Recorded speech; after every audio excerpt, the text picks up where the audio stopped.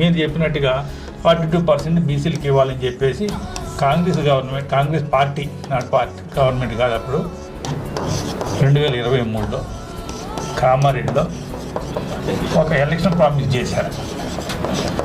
ఏంటి, మేము 42% బీసీలకు ఇస్తాము.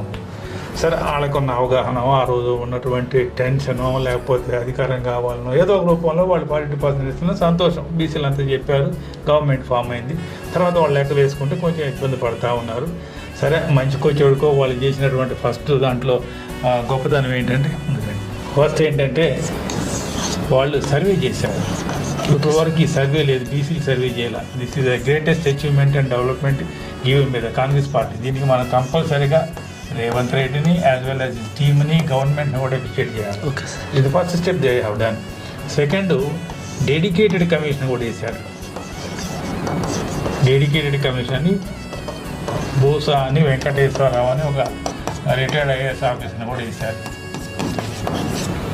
ఈ రెండు వేశారు. అయితే ఇక్కడ మూడో దాంట్లో తప్పు జరిగింది ఏంటంటే, వీళ్ళకి ఈ అంతా చేసిన తర్వాత 50% సీలింగ్ ఏమి ఉండాలి, ఇది దాటిపోవద్దు అని చెప్పారు. ఇది పోలేకపోతున్నారు సార్.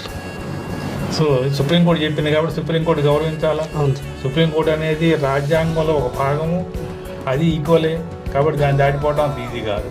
సో దీనికి ఇందాక మీకు చెప్పినట్టుగా మనం ఆ 50% సీలింగ్ సుప్రీంకోర్టు తీసుకొచ్చినట్టయితే ఇదంటూ పోయింది అనుకోండి, మనకు ప్రాబ్లమే లేదు. ఈ రెండింటితో డెడికేట్ కమిషన్ వేసుకోవచ్చు, తర్వాత బీసీ కేటగిరైజేషన్ తీసుకోవచ్చు, మనకు కావాల్సిన పర్సెంటేజ్ చేసుకోవచ్చు. ఇది ఒక భాగం. సెకండ్ పార్ట్ వచ్చిన తర్వాత